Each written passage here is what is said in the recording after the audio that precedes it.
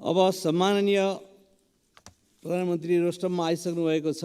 अब प्रधानमन्त्रीसँग प्रत्यक्ष प्रश्नोत्तर कार्यक्रम प्रारम्भ हुन्छ। सर्वप्रथम प्रश्नकर्ता मान्य सदस्य श्री ईश्वरी देवी नेउपानेलाई सम्माननीय प्रधानमन्त्रीसँग प्रश्न सोध्न अनुमति दिन्छु। सम्मान्य सभामुख मार्फत सम्मान्य प्रधानमन्त्रीज्यूलाई मेरो प्रश्न, सरकारी स्कुलबाट गुणस्तरीय शिक्षा प्राप्त गर्न सकिँदैन भन्ने विद्यमान परिस्थिति र मानसिकताका कारण दिनभरि काम गरेर हातमुख जोड्न धौधौ पर्ने अभिभावक पनि सकि नसकी बच्चाको भविष्यको लागि प्राइभेट स्कुलमा भर्ना गर्न बाध्य छन् भने नेपालको डिग्री थन्काएर रोजगारीको लागि 50 डिग्रीको गर्मीमा खाडी मुलुकमा जान बाध्य छन् युवाहरू। सरकारी स्कुल सुधार गर्ने एवं देशमा नै युवालाई रोजगार सिर्जना गर्ने सरकारको के नीति छ? विदेशमा पढ्न जाँदा 1 वर्षमा नेपालको कति रुपियाँ विदेशिन्छ एवं बाहिर रोजगारीबाट 1 वर्षमा कति रेमिट्यान्स भित्रिन्छ? नम्बर 2, कृषि प्रधान देश सधैँ मलको हाहाकार छ, मल कारखाना खोल्ने सरकारको के नीति छ? नम्बर 3, सुदूरपश्चिम प्रदेशले राजधानीको आफ्नै प्रशासनिक भवनबाट काम गर्न कहिले पाउँछ? धन्यवाद। अब सम्माननीय प्रधानमन्त्री श्री पुष्पकमल दाहाल प्रचण्डलाई उक्त प्रश्नको जवाफ दिन अनुमति दिन्छु। सम्माननीय सभामुख महोदय, म अब प्रश्नको उत्तर दिन तयार भएको छु, तर उत्तर दिनु अगाडि 2-3टा वाक्य मात्रै म भन्न चाहन्छु। यो प्रश्न उत्तर कार्यक्रम यस किसिमको व्यवस्था गर्ने कुरामा नियमावली समिति र यो सम्मानित सदनबाट जो व्यवस्था भएको छ त्यसको लागि म धन्यवाद भन्न चाहन्छु। आज बिहान प्रश्न उत्तरको लागि बडो जोसको साथ तयारी गरेर म आउँदै थिएँ, तर 2 घण्टा ढिलो भयो। अलिकति नमिठो त लागेकै छ र प्रश्न उत्तर कार्यक्रमको सुरुकै दिनमा नियम निलम्बन गर्नुपर्ने जो अवस्था आयो त्यो पनि बडो नमिठो अनुभूति हामी सबैलाई भएकै छ। तर फेरि सर्वसम्मत भयौँ हामी। सर्वसम्मत भएकोमा त यो खुसीकै कुरा हो। अब म मान्य ईश्वरी नेउपानेको प्रश्नको उत्तर दिन चाहन्छु। सरकारी एवं सार्वजनिक शिक्षा सुधारलाई वर्तमान सरकारले उच्च प्राथमिकतामा राखेको छ। सरकारी विद्यालयमा गुणस्तरीय शिक्षा प्रदान गर्न सरकार प्रतिबद्ध रहेको जानकारी गराउन चाहन्छु। सबै सरकारी विद्यालयमा गुणस्तरीय र रोजगारमूलक शिक्षा प्रदान गरी स्वदेशमा नै रोजगारीका अवसर सिर्जना गर्न हालको शिक्षा नीतिमा केही गुणात्मक सुधार गर्ने सरकारको धारणा रहेको छ।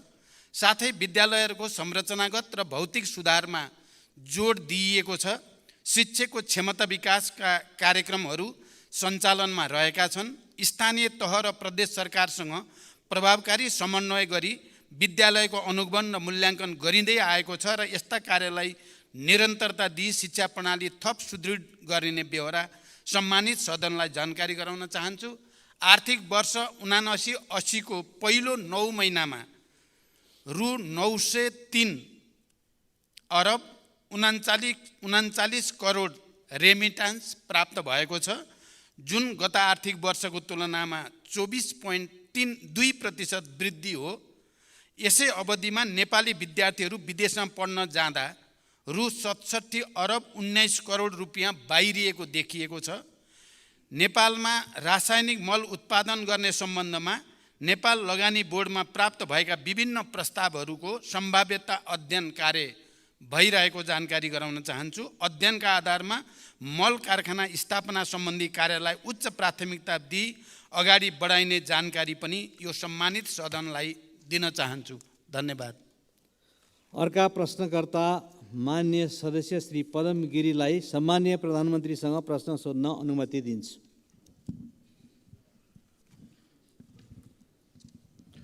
सम्माननीय सभामुख महोदय, सम्माननीय सभामुख महोदय मार्फत म प्रधानमन्त्रीज्यूलाई प्रश्न गर्नको लागि उपस्थित भएको छु। सम्माननीय प्रधानमन्त्रीज्यूलाई मैले प्रश्न गर्नको लागि एउटा प्रश्न तयार गरेको थिएँ। यही क्रममा देशका विभिन्न कुनाबाट गरिब किसानहरूले फोन गर्नुभयो। लम्पी स्किन भन्ने बिमारको कारणले हाम्रा गाईहरू धमाधम मर्न लागे सयौँ हजारौँको सङ्ख्यामा गाईहरू चाहिँ बिमारी भएका छन्, भ्याक्सिन पाइएको छैन, हाम्रो कुरा उठाइदिनुहोस् भनेर भन्नुभएको छ। फेरि मधेसतिरबाट धेरै साथीहरूले फोन गर्नुहुन्छ, हिजो बेलुकादेखि तारन्तर फोन आएको छ। हामी हजारौँ युवाहरूले चाहिँ अहिले +2 पास गरेका नागरिकता पाएको छैन, नागरिकता विधेयक कहिले आउँछ सोधिदिनु होला भन्नुभएको छ। यस्ता धेरै प्रश्नहरूको बिचबाट म एउटा प्रश्न फेरि जुन पहिला नै मैले दर्ता गराएको थियो त्यो प्रश्न यहाँ म राख्न चाहन्छु सभामुख महोदय। 50 खर्ब माथिको हाम्रो अर्थतन्त्रको आकार छ, तर सङ्घीय सरकारले सञ्चित कोषमा 159 अर्बले घाटामा छ सभामुख महोदय। आयोजनाहरूको भुक्तानी दिन 80 अर्बभन्दा बढी बाँकी छ। करिब 60% पालिका आफ्नो स्रोतबाट प्रशासन चलाउन असक्षम छन्, तर प्रदेश र स्थानीय तहहरूले पाउने समानीकरण अनुदानमा 50% कटौती भएको छ। यस्तो परिस्थितिमा राज्यको अनिवार्य दायित्व कसरी निर्वाह गर्नुहुन्छ? म प्रधानमन्त्रीज्यूलाई म प्रश्न गर्न चाहन्छु। साथसाथै सङ्घको कोष खुम्चियो भन्दै प्रदेश र स्थानीय तहले पाउने अनुदान कटौती हुँदा उनीहरूले आफ्नो तजबिजमा बनाउने योजना र खर्चको स्रोत भर्न कसरी हुन्छ? उनीहरूले गर्नै पर्ने अनिवार्य दायित्व कसरी पुरा गर्छन्? सरकारको आर्थिक मन्दीको सामना गर्ने योजना के छ? सभामुख महोदय मार्फत म सम्माननीय प्रधानमन्त्रीज्यूलाई यो प्रश्न राख्न चाहन्छु। धन्यवाद। सम्माननीय प्रधानमन्त्रीजी पुष्पकमल दाहाललाई उक्त प्रश्नको जवाफ दिन अनुमति दिन्छु। सभामुख महोदय, माननीयजीले पहिला प्रश्न गर्दा म अलिकति झस्किएँ, किनभने पहिला रातभरि गाईको निबन्ध पढेर आएको, बिहान प्रश्न आउँदा नदी आएपछि कसरी लेख्ने भन्ने समस्या परे जस्तै होला कि भन्ने डर लागेको थियो। तर फेरि माननीय सदस्यले दोस्रो भागमा निर्धारितै प्रश्न सोध्नुभयो, त्यसको लागि धन्यवाद। 72 सालको महाभूकम्प, कोभिड-19 को प्रभाव, अन्तर्राष्ट्रिय आर्थिक मन्दी लगायतका कारणबाट देशको अर्थतन्त्रको समग्र मागमा ह्रास आएको कुरा हामी सबैलाई ज्ञात नै छ। तरलताको सङ्कुचन हुनुको साथै घट्दो दरमा राजस्व परिचालन भएको र पुँजीगत खर्चमा अपेक्षित सुधार हुन नसकेको अवस्था पनि हामी सबैलाई जानकारी नै छ। अर्थतन्त्रका यस्ता चुनौतीहरूलाई सम्बोधन गर्न वित्तीय, मौद्रिक र क्षेत्रगत नीति तथा कार्यक्रमहरूमा आवश्यक सुधार गरी समष्टिगत आर्थिक स्थायित्व कायम गर्न सरकार प्रयत्नशील रहेको छ। विदेशी लगानीलाई प्राथमिकता दिँदै सरकार र निजी क्षेत्रको साझेदारीमा उत्पादन र उत्पादकत्व अभिवृद्धि गरी रोजगारी सृजना गर्ने खालका कार्यक्रमहरू सरकारको प्राथमिकतामा रहेका छन्। सरकारी खर्चमा मितव्ययिता कायम गरी फजुल खर्चको नियन्त्रण गरिएको छ। सरकारले राजस्व प्रशासनलाई थप सुदृढ र चुस्त बनाउँदै राजस्वको दायरा विस्तार गर्ने र राजस्व चुहावट, राष्ट्रिय पुँजी पलायन, अवैध कारोबारलाई कडाइका साथ नियन्त्रण गर्ने नीति सरकारले लिएको छ। सरकारका यी नीतिहरूको सकारात्मक प्रभावका सङ्केतहरू पनि सबैले देख्ने गरी आएकै छन्। विदेशी लगानीलाई प्रोत्साहन र स्वदेशी उद्योगलाई संरक्षण गरी आर्थिक भार कम गर्ने नीति सरकारको रहेको कुरा पनि म जानकारी गराउन चाहन्छु। यसका साथै वित्तीय सङ्घीयताको प्रभावकारी कार्यान्वयन गरी खर्चको आवश्यकता र राजस्व क्षमताको आधारमा वित्तीय हस्तान्तरणको कार्यक्रमलाई सुदृढ गर्दै लगिनेछ। प्रदेश र स्थानीय सरकारको राजस्वको क्षमता वृद्धि गर्ने, करको दायरा वृद्धि गरी सक्षम र आत्मनिर्भर बनाउने कार्यक्रम पनि रहेको जानकारी गराउन चाहन्छु। धन्यवाद। अर्का प्रश्नकर्ता माननीय सदस्य श्री पूर्णबहादुर घरतीलाई म प्रधानमन्त्रीजीसँग प्रश्न सोध्न अनुमति दिन्छु।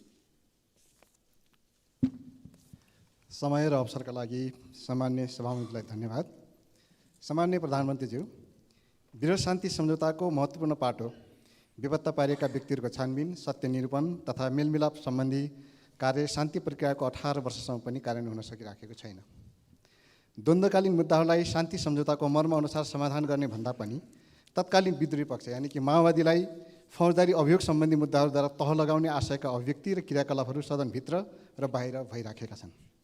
तपाईँ वृहत शान्ति सम्झौताको हस्ताक्षरकर्ता एवं तत्कालीन विद्रोही पक्षको सर्वोच्च कमान्डर हुनुहुन्छ।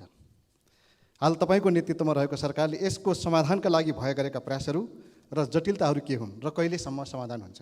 धन्यवाद। सम्माननीय प्रधानमन्त्रीलाई उक्त प्रश्नको जवाफ दिन अनुमति दिन्छु। सभामुख महोदय, शान्ति प्रक्रिया र सङ्क्रमणकालीन न्याय सम्बन्धी सबै बाँकी कामहरू बृहत शान्ति सम्झौताको मर्म र भावना अनुसार समाधान गर्न सरकार दृढ र प्रयत्नशील छ।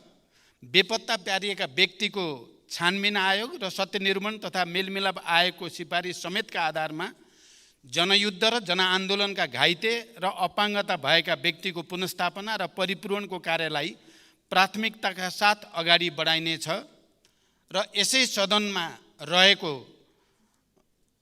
बेपत्ता पारिएका व्यक्तिको छानबिन र दुवै आयोग सम्बन्धी विधेयक संशोधन प्रक्रियामा छ र मैले सरकारको तर्फबाट यो विषयमा बृहत राजनीतिक सहमतिको निम्ति निरन्तर प्रयास गरेको कुरा पनि म यहाँ जानकारी गराउन चाहन्छु, किनकि विस्तृत शान्ति सम्झौतासँग सम्बन्धित र संविधान सभा र सङ्घीय लोकतान्त्रिक गणतन्त्र स्थापनासम्म आउँदा जे जति परिवर्तन भएका छन् त्यसमा सहमत सबै राजनीतिक सहयात्रीहरूको सहमतिबाट नै यो विधेयकलाई पारित गर्ने र अनि शान्ति प्रक्रियाका बाँकी कामलाई छिटोभन्दा छिटो पुरा गर्न सरकार दृढ सङ्कल्पित रहेको म जानकारी गराउन चाहन्छु। जगन्य एउटा कुरा म आज यस सम्मानित सदनलाई के कुरा पनि स्मरण गराउन चाहन्छु भने जति बेला विस्तृत शान्ति सम्झौता भयो र यसै हलमा हामीले 7 राजनीतिक दलको तर्फबाट दिवंगत गिरिजाप्रसाद कोइरालाले र तत्कालीन विद्रोही पक्षको तर्फबाट मैले हस्ताक्षर गर्दै गर्दा हाम्रो एउटा बहस भएको थियो। हामीले विस्तृत शान्ति सम्झौता गरिसकेपछि र त्यो विस्तृत शान्ति सम्झौतालाई अन्तरिम संविधानको अङ्ग पनि बनाइसकिएपछि अब यो बेपत्ता छानबिन गर्ने कुरा या सत्य निरूपण र मेलमिलाप कायम गर्ने कुरालाई एकैचोटि सकिनुपर्छ भन्ने बहस पनि त्यति बेला भएको थियो 7 राजनीतिक दल र तत्कालीन विद्रोही पक्षको बीचमा। अझ मुख्यतः नेपाली कांग्रेसका सभापति तथा तत्कालीन प्रधानमन्त्री गिरिजाप्रसाद कोइरालाले यो समस्यालाई बाँकी राखिराख्नु उचित हुँदैन भन्ने धारणा राख्नुहुन्थ्यो र उहाँले पटक मलाई सुझाव दिने गर्नुहुन्थ्यो कि हामीले यसलाई फर्गिभ एन्ड फर्गेट गरौँ। अब जे भयो भयो, हामी अब शान्ति सम्झौतामा आइसकेपछि फेरि छानबिन गर्ने, दोषीलाई कारबाही गर्ने कुरातिर लाग्दा त्यसले शान्ति प्रक्रियामा नै अप्ठ्यारो आउन सक्छ भन्ने गर्नुहुन्थ्यो। मैले विद्रोहीको एक हस्ताक्षरकर्ताको नाताले मैले त्यसो गर्न हुँदैन भन्ने गर्दथेँ र जघन्य अपराधमा संलग्नलाई कुनै पनि प्रकारको उन्मुक्ति नदिने प्रतिबद्धता सहित मैले दिवंगत गिरिजाप्रसाद कोइराला आदरणीय नेतालाई त्यसको निम्ति कन्भिन्स गरेको थिएँ। म आज यो सम्मानित सदनलाई यो जानकारी होस् भनेर म यो कुरा प्रश्न गर्न चाहन्छु। द्वन्द्वकालीन विषयका मुद्दाहरूमा सबै राजनीतिक दलहरू एकै ठाउँमा उभिई उचित निष्कर्षमा पुर्याउन पनि म यो सम्मानित सदनसँग अनुरोध गर्न चाहन्छु र म यो पनि जानकारी गराउन चाहन्छु कि धेरै मेहनत गरेर अहिले यो विधेयक जो यहाँ विचाराधीन छ त्यसमा राजनैतिक सहमति बनाउने निकै ठुलो प्रयास सहित प्रमुख राजनीतिक दलहरूको बीचमा एक किसिमको समझदारी, यसलाई सहमतिबाट टुङ्ग्याउने समझदारी भएको जानकारी पनि म गराउन चाहन्छु। धन्यवाद। अर्का प्रश्नकर्ता मान्य सदस्य श्री शिशिर खनाललाई सम्मान्य प्रधानमन्त्रीजीसँग प्रश्न सोध्न अनुमति दिन्छु। सम्माननीय सभामुख महोदय, धन्यवाद। सम्माननीय प्रधानमन्त्रीज्यू, मैले हजुरलाई पठाएको लिखित प्रश्न बाहेक अर्को एउटा थप प्रश्न पनि छ। मलाई जनताहरूले सोध्न भनेर पठाउनु भएको प्रश्न उत्तर गाह्रो छैन भन्ने मैले बुझेको छु, त्यही भएर राख्दैछु। 2073 साउनमा यहाँको नेतृत्वको सरकारले तराई मधेस र थारूवट आन्दोलनको छानबिन गर्न लाल आयोग गठन गर्यो। त्यसपछि यहाँहरू पटक पटक सरकारमा जानुभयो। सरकारका न्यूनतम साझा कार्यक्रममा रिपोर्ट सार्वजनिक गर्ने भन्ने पनि लेखियो। 7 वर्षपछि यहाँको नेतृत्वमा पुनः सरकार बनेको छ। थारूवट आन्दोलनको जगमा उठेको उन्मुक्ति पार्टी पनि सरकारमा छ। रिपोर्ट चाहिँ सरकारले सार्वजनिक गर्छ कि गर्दैन, कहिलेसम्म गर्छ? त्यस्तै करोडौँ खर्च गरेर बनेको उच्च स्तरीय शिक्षा आयोगले बनाएको रिपोर्ट पनि आजसम्म सार्वजनिक भएको छैन। त्यो हुन्छ कि हुँदैन? त्यस्तै गरी पछिल्लो उपनिर्वाचनमा यहाँ लगायत पूर्व प्रधानमन्त्रीहरू हेलिकप्टर चढेर हाम्रा उम्मेदवारहरू हराउन जिल्ला जिल्ला जानुभयो। गठबन्धनका उम्मेदवारलाई मन्त्री बनाउने आश्वासन पनि दिनुभयो। त्यो आश्वासन आफैमा आचार संहिताको विपरीत थियो कि थिएन, त्यो नैतिकताको प्रश्न म आज सोध्दिनँ। म हजुर आज तपाईँलाई म के सोध्न चाहन्छु भने त्यो हेलिकप्टरको खर्च जनताको रगत पसिनाले उठेको करले तिर्छ कि हजुरको गोजीबाट तिरिन्छ? धन्यवाद। अब सम्माननीय प्रधानमन्त्री श्री पुष्पकमल दाहाल प्रचण्डलाई उक्त प्रश्नको जवाफ दिन अनुमति दिन्छु। सभामुख महोदय, म प्रश्नकर्ता माननीयलाई धन्यवाद भन्न चाहन्छु। तपाईँले धेरै गम्भीर र संवेदनशील प्रश्न अगाडि सार्नु भएको छ। यो कुरा साँचो हो कि म दोस्रो पटक प्रधानमन्त्री हुँदा थारुवट आन्दोलन र मधेस आन्दोलनसँग सम्बन्धित विषयहरूमा छानबिन गरेर रिपोर्ट पेश गर्नको लागि लाल आयोग गठन भएको कुरा साँचो हो र त्यो आयोगको प्रतिवेदन सार्वजनिक हुनुपर्दछ भन्ने भित्र पर्छु। म पनि त्यो प्रतिवेदन सार्वजनिक गरिनुपर्छ भन्ने भित्र पर्छु। तर त्यसलाई कुन रूपमा कसरी सार्वजनिक गर्ने भन्ने विषयमा छलफल हुँदै गर्दा सूचना आयोगले सर्वोच्च अदालतमा त्यो विषयमा मुद्दा दिएपछि सर्वोच्च अदालतले हाल त्यो प्रतिवेदन प्रकाशित नगर्नु भन्ने फैसला गरेको जानकारी म यहाँहरूलाई गराउन चाहन्छु। र हामी अहिले पनि त्यो सर्वोच्च अदालतको फैसलालाई कुनै किसिमले पुनरावेदन गरेर त्यसलाई खुला गरेपछि त्यो लाल आयोगको प्रतिवेदन सार्वजनिक गर्नुपर्दछ भन्ने मेरो मान्यता छ। यति भनिसकेपछि म फेरि केही कुरा के जोड्न चाहन्छु भने नेपाल सरकारले समय समयमा देखा परेका समस्याका विषयमा आयोग गठन गरी प्रतिवेदन प्राप्त गर्ने गरेको बेहोरा यहाँहरूलाई जानकारी नै छ। त्यस्तै तराई मधेस र थरुवट आन्दोलन लगायतका विषयमा समेत सरकारले आयोग गठन गरी प्रतिवेदन प्राप्त गरेको थिए। यी र यस्ता प्रतिवेदनहरू शान्ति सुरक्षा र आम नागरिकको अमन चयनका दृष्टिकोणले कहिलेकाहीँ प्रकाशित गर्न असजिलो पनि हुन सक्दछ। तर मैले यहाँ जानकारी गराइसकेँ, यो विषय चाहिँ सर्वोच्च अदालतसँग सम्बन्धित हुन पुगेको छ। प्राविधिक अवस्थाका कारणले यस्ता प्रतिवेदनको मूलभूत अंशहरूलाई बेला बेलामा सरकारले अवगत गराउँदै पनि आएको छ। देशको शान्ति सुरक्षा र अमन चयनमा खलल हुने अवस्था आएमा विषयको संवेदनशीलतालाई मध्यनजर गर्दै कुनै पनि प्रतिवेदन सार्वजनिक गर्ने या नगर्ने प्रचलन अन्तर्राष्ट्रिय स्तरमा पनि रहेको पाइन्छ। सरकारले प्राप्त गरेका यस्ता प्रतिवेदनहरू मिल्ने हदसम्म सार्वजनिक गर्दै जाने प्रतिबद्धता व्यक्त गर्न चाहन्छु। धन्यवाद। अर्का प्रश्नकर्ता मान्य सदस्य श्री ज्ञानबहादुर शाही, उहाँलाई प्रधानमन्त्रीज्यूसँग प्रश्न सोध्ने अनुमति दिन्छु। सम्माननीय सभामुख महोदय र सम्माननीय प्रधानमन्त्रीज्यूलाई विशेष गरी आज नेपाली पोसाकमा देखिनु भएकोमा तपाईँलाई धन्यवाद दिन चाहन्छु। र साथसाथै भुटानी शरणार्थी केसमा तपाईँहरूले चालेको कदमप्रति हाम्रो साथ र समर्थन रहनेछ भन्ने कुरा पनि जनाउन चाहन्छु। र साथसाथै आज प्रधानमन्त्रीज्यूलाई मेरो प्रश्न, हाम्रो पार्टीको तर्फबाट प्रश्न के छ भने सरकारी कर्मचारी विशेष गरेर सुरक्षाकर्मी प्रहरीहरू विगत 4 महिनादेखि तलब खान नपाएर उधारोमा काम गरिरहेछन्। यो समस्या समाधान गर्नका लागि प्रधानमन्त्रीले के कदम चाल्नुहुन्छ र कहिले चाल्नुहुन्छ? र अर्को प्रश्न चाहिँ मेरो के छ भने सम्माननीय प्रधानमन्त्रीलाई 8,460 जना पूर्व माओवादी लडाकुका नाममा त्यतिखेर अरबौं रुपैयाँ राज्य कोषबाट गएको छ। तर ती 8,460 जना लडाकु को हुन्, कहाँ छन्, उहाँहरूको नाम के हो, यसको कहीँ कतै पनि रेकर्ड आजसम्म देखा परेको छैन। र प्रधानमन्त्रीज्यूलाई एउटा अवगत गराउन चाहन्छु, स्वयं प्रधानमन्त्रीज्यूले 2064 सालमा एउटा भिडियो आयो।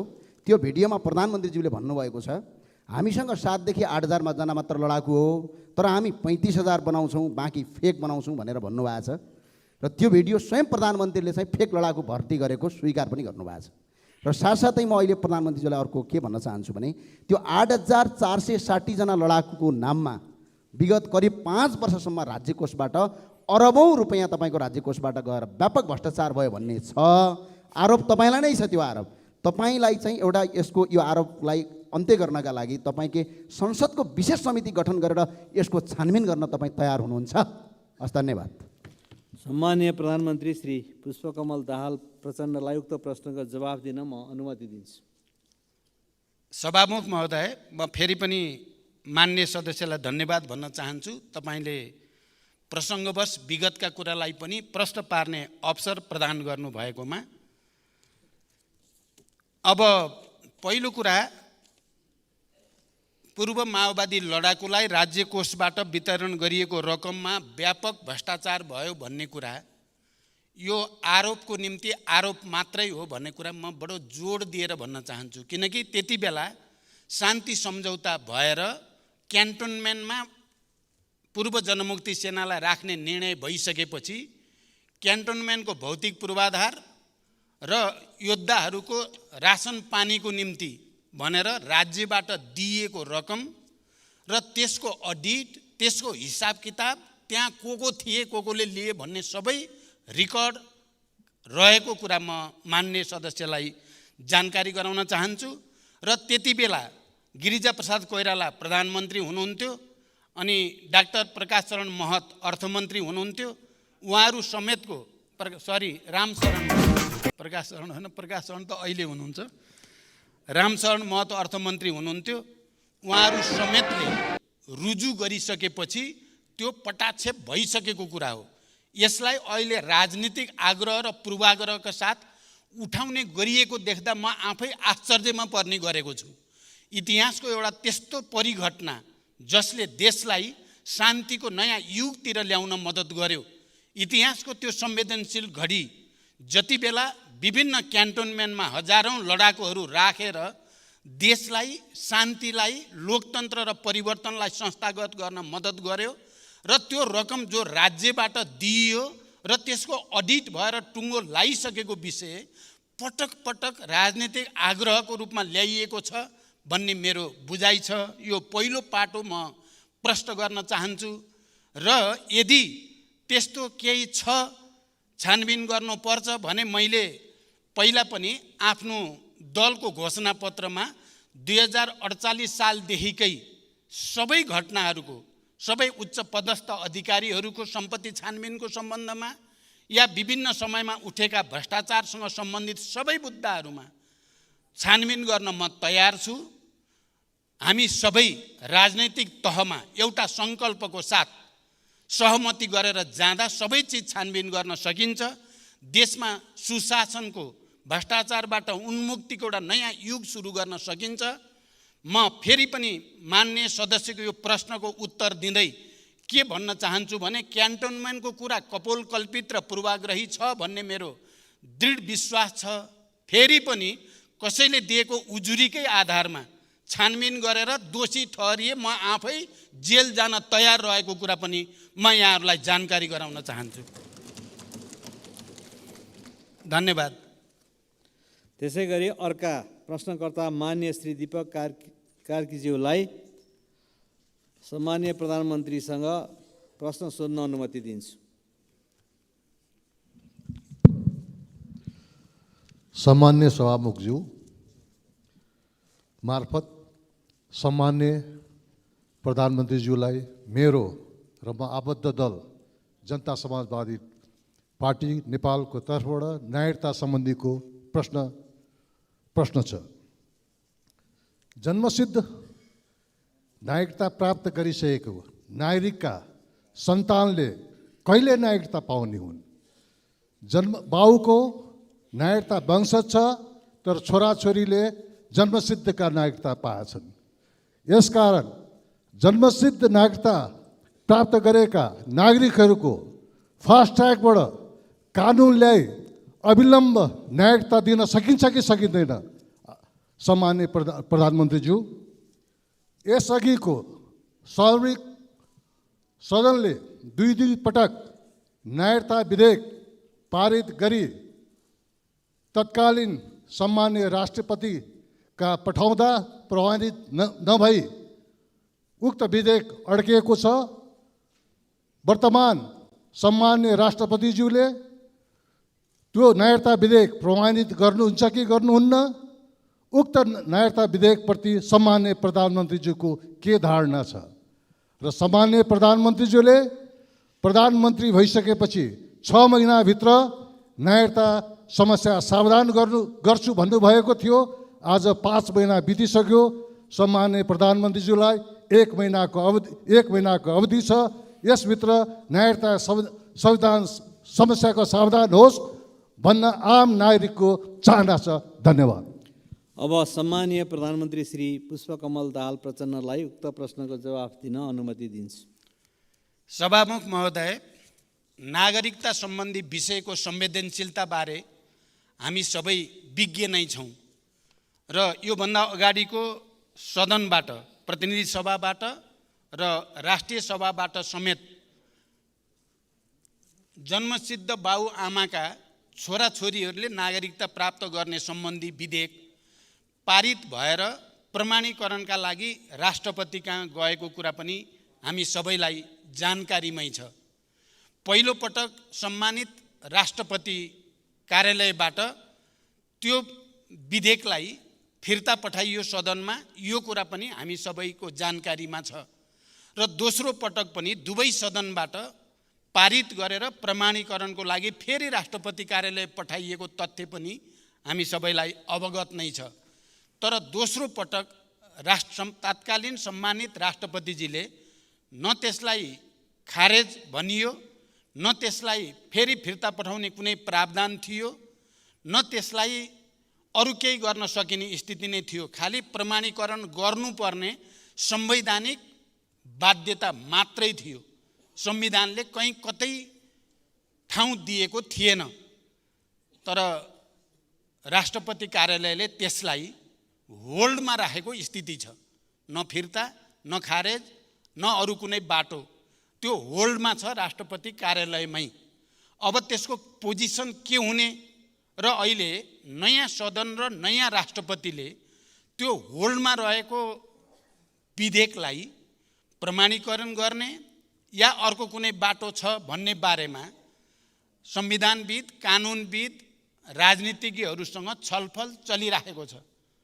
र म के कुरा प्रश्न गर्न चाहन्छु भने, हामीले बार एसोसिएसन लगायत संविधान र कानुनका विज्ञहरूसँग एउटा ठुलो छलफलको आयोजना बालुवाटारमा गरेका थियौँ र त्यो छलफलमा उपस्थित सबै पूर्व महान्यायाधिवक्ता, अहिलेका महान्यायाधिवक्ता लगायत सबै संविधान र कानुन विज्ञहरू जो उपस्थित हुनुहुन्थ्यो, उहाँहरू सबैले सर्वसम्मत रूपमा त्यो विधेयकलाई राष्ट्रपतिले प्रमाणीकरण गर्न केही बाधा छैन, उहाँले प्रमाणीकरण गर्न सक्नुहुन्छ र गर्नु पनि पर्छ भन्ने नै सुझाव थियो। र त्यो सुझावको आधारमा मैले सम्माननीय राष्ट्रपतिजीलाई भएको छलफलको जानकारी पनि गराएँ। यस्तो छलफल भयो र यो सुझाव छ भन्ने कुरा। राष्ट्रपतिजीले यो बारेमा मैले पनि केही कानुनविद, संविधानविदहरूको राय लिएर मात्रै यसको बारेमा टुङ्गोमा पुग्छु भन्ने जानकारी दिनुभयो र अहिलेसम्म सायद उहाँ अध्ययनकै प्रक्रियामा हुनुहुन्छ। र अब यही सदनमा दुईटै सम्भावना म देख्छु। त्यहाँ उपस्थित भएको सुझावको आधारको एउटा बाटो, अर्को बाटो फेरि यही सदनबाट नै, अहिलेको यो नयाँ सदनबाट त्यसको विषयमा एउटा या त सङ्कल्प प्रस्ताव मार्फत या अरू कुनै प्रस्ताव मार्फत राष्ट्रपतिजीलाई त्यो विधेयकको बारेमा प्रमाणीकरण गर्न अनुरोध गर्ने बाटो एउटा हुन सक्छ, या अर्को क्याबिनेटबाट डिसिजन गरेर राष्ट्रपतिसँग अनुरोध गर्ने पनि एउटा बाटो हुन सक्छ। तर अब त्यो विधेयकलाई खारेज गरेर फेरि अर्को विधेयक ल्याउने बारेमा पनि मतहरू छन्। फेरि सदनमा अर्को विधेयक ल्याएर त्यो जिरोमा गयो। त्यसकारण अब त्यो जिरोमा गइसकेको विधेयकलाई, अब मृत भइसकेको विधेयकलाई जीवित मान्न सकिँदैन भन्ने मत पनि सदनभित्र पनि छ, सदन बाहिर पनि छ। त्यसकारण यो विषयमा छलफल चलेको छ। माननीय सदस्यले भने जस्तै म के ठान्छु र मेरो तर्फबाट प्रधानमन्त्रीको हैसियतले मेरो के कोसिस छ भने 1 महिनाभित्रै यसको टुङ्गो लाग्छ। धन्यवाद। अर्का प्रश्नकर्ता मान्य श्री मेटमणि चौधरीको तर्फबाट मान्य श्री शेरबहादुर कुँवरलाई सम्माननीय प्रधानमन्त्रीसँग प्रश्न सोध्न अनुमति दिन्छु। सम्मान्य सभामुखज्यूको अनुमतिले सम्मान्य प्रधानमन्त्रीज्यू समक्ष मेरो प्रश्न यस प्रकार छ। नेपाललाई भुटानी शरणार्थी बनाएर अमेरिका पठाउने नाममा करोडौँको ठगी धन्दा भएको छ। यस कार्यमा शीर्ष नेतृत्व नै संलग्न रहेको प्रमाण भेटिन थालेको समाचार सञ्चार माध्यमबाट प्रसारण भइरहेको छ। अझ आरोपित भई थुनामा रहेका व्यक्तिहरूले VVIPका निर्देशनमा भए गरिएका बयानहरू दिइरहेका छन्। खासमा यो के कुरा हो? मानौँ अहिलेका VVIPहरूका संलग्न भएको प्रमाणहरू जुट्यो भने के गर्नुहुन्छ? उहाँहरूलाई कारबाहीको दायरामा ल्याउनुहुन्छ कि हुँदैन? पहिलो प्रश्न। दोस्रो प्रश्न, यसै गरी मुलुक अहिले आर्थिक रूपमा सङ्कटग्रस्त छ। बजारमा पैसा अभावको कारण अर्थतन्त्र चलायमान हुन सकेको छैन। जनताहरूलाई छाक जुटाउन मुस्किल परिरहेको छ। यो अवस्था कहिलेसम्म रहने? समाधानको लागि प्रधानमन्त्रीज्यूसँग योजना के छ? धन्यवाद। सम्मान्य प्रधानमन्त्रीलाई उक्त प्रश्नको जवाफ दिन अनुमति दिन्छु। सभामुख महोदय, यो विषय अहिलेको सबभन्दा बढी चर्चामा रहेको र एउटा संवेदनशील विषय हो। नेपाली नागरिकलाई नक्कली भुटानी शरणार्थी बनाउने अपराधको निष्पक्ष अनुसन्धान गरी प्रमाणका आधारमा दोषी देखेका जुनसुकै तहका पदाधिकारी तथा व्यक्तिलाई कानुनी कारबाहीको दायरामा ल्याउन यो सरकारले कुनै कसर बाँकी राखेको छैन र बाँकी राख्ने पनि छैन। नेपाल प्रहरीको निष्पक्ष र व्यावसायिक अनुसन्धान कार्यमा कुनै निकायबाट पनि हस्तक्षेप भएको छैन, हस्तक्षेप गरिने छैन र हस्तक्षेप हुन दिइने पनि छैन। भ्रष्टाचारसँग सम्बन्धित अन्य प्रकरणको पनि कानुनअनुसार अनुसन्धान र कारबाही हुने बेहोरा म प्रष्ट गर्न चाहन्छु। दोषी कोही पनि उम्किन नपाओस्, निर्दोष कोही पनि नपरोस् भन्ने हाम्रो जोड रहेको छ। जुनसुकै तह र तबकाका भए पनि यो अपराधमा संलग्न जो कोही पनि कानुनको दायरामा आउने नै छन् र त्यो प्रक्रिया अगाडि बढी पनि सक्नुभएको छ। मान्यले सोधे जस्तो VVIPहरू पनि परि त राखेका छन्। त्यसकारण यसमा स्वतन्त्र र निष्पक्ष रूपले छानबिन भइरहेको कुरा त्यसले प्रमाणित गर्दछ। यस्ता विषयमा सरकारले कुनै आग्रह या कुनै पूर्वाग्रह नलिई निष्पक्ष, तटस्थ र व्यावसायिक छानबिन गरी अन्तिम निष्कर्ष निकाली अपराधीलाई कानुनको दायरामा ल्याउन जोड गरेको छ। प्रधानमन्त्रीको हैसियतले मैले मान्य उपप्रधानमन्त्री तथा गृहमन्त्रीलाई यसमा दृढतापूर्वक र निष्पक्षताका साथ दोषी नउम्कने, निर्दोष नपर्ने नीति अन्तर्गत अगाडि बढ्न निर्देशित गरेको छु र मैले जानकारी पाएसम्म प्रहरीले पनि स्वतन्त्र र निष्पक्ष छानबिन प्रक्रिया अगाडि बढाइरहेको छ र यो हामी सँगै सबै राजनीतिक दलहरूको निम्ति, सबै राजनीतिक नेतृत्वको निम्ति र देशकै निम्ति पनि निकै गम्भीर र संवेदनशील विषय भएको छ। यो अब हामीले उचित निष्कर्षसहित दोषीलाई कारबाहीको दायरामा ल्याएर मात्रै सुशासनको एउटा नयाँ प्रक्रियाको थालनी गर्न सकिन्छ भन्ने सरकारको विश्वास पनि छ र सरकार त्यसमा दृढ पनि रहेको जानकारी गराउन चाहन्छु। धन्यवाद। अर्का प्रश्नकर्ता मान्य श्री अनिता देवीलाई सम्माननीय प्रधानमन्त्रीसँग प्रश्न सोध्न अनुमति दिन्छु। सम्मानीय सभामुख महोदय मार्फत सम्मानीय प्रधानमन्त्रीज्यूलाई प्रश्न राख्न चाहन्छु। किसानहरूलाई धानको बिउ छर्ने समय आइसक्यो। हामी आफ्नो जिल्ला क्षेत्रमा जाँदा किसानहरूको एउटै माग हुन्छ, यसपालि पनि मल र बिउ समयमा पाउँछ कि पाउँदैनन्? किसानहरूको माग पुरा गराउन जनमत पार्टीले लामो समयसम्म किसान आन्दोलन पनि गर्यो। जनमत पार्टीका नेता कार्यकर्ताहरूले गोली समेत खाए, जेलसम्म गए। अझै अनेकौँ झुठा मुद्दाहरू किसान आन्दोलनकारीहरूमाथि लगाइएकै छ। त्यो फिर्ता लिने पहल पनि सरकारले गरेन। के यो सरकारले पनि किसानहरूलाई बेवास्ता गर्ने र किसान आन्दोलनकारीहरूलाई दमन गर्ने नीति नै लिएको हो त? धन्यवाद। सम्माननीय प्रधानमन्त्रीज्यूलाई उक्त प्रश्नको जवाफ दिन अनुमति दिन्छु। सभामुख महोदय, मान्यहरूलाई जानकारी भएकै विषय हो कि हाम्रो कृषिको उत्पादन र उत्पादकत्व मौसमी प्रणालीमा आधारित रहँदै आएको छ। किसानहरूलाई समयमा नै मल र बिउ उपलब्ध गराउन रासायनिक मल उत्पादन गर्ने कारखाना नेपालमा नै स्थापना गर्ने सम्बन्धमा गम्भीर ढङ्गले अध्ययन भइरहेको जानकारी गराउन चाहन्छु। सर्वसुलभ तरिकाले रासायनिक मल उपलब्ध गराउन रासायनिक मलमा अनुदान दिनुको साथै भारत सरकारसँग मल खरिदको सम्झौता भइसकेको जानकारी पनि म यो सम्मानित सदनलाई गराउन चाहन्छु। यस वर्ष समयमै मल बिउ उपलब्ध गराउन मैले बेलैमा कृषि मन्त्रालय लगायत सम्बन्धित निकायलाई निर्देशन दिइसकेको छु र कृषि मन्त्रालयबाट यस सम्बन्धी कार्य अगाडि बढी पनि सकेको छ।